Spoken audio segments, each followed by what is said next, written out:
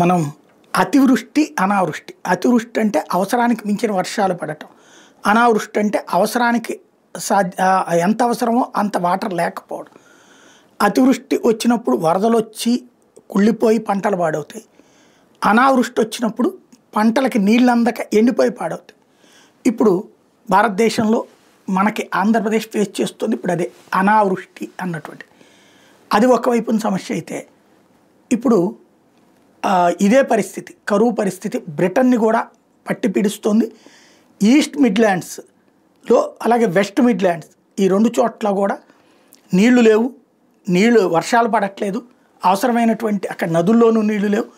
చివరికి environmental agency అక్కడ పంటలు పండే పరిస్థితి లేదు ఈ ఏడాది అని తేల్చి చెప్పేసి. దీంతో డ్రౌట్, కరువు సిచ్యుయేషన్ ఎలా పరిష్కరించాలి అంటే ఇప్పుడు వాళ్ళందరూ ఉపాధి కోల్పోతారు, ఆదాయం కోల్పోతారు, నష్టపోతారు.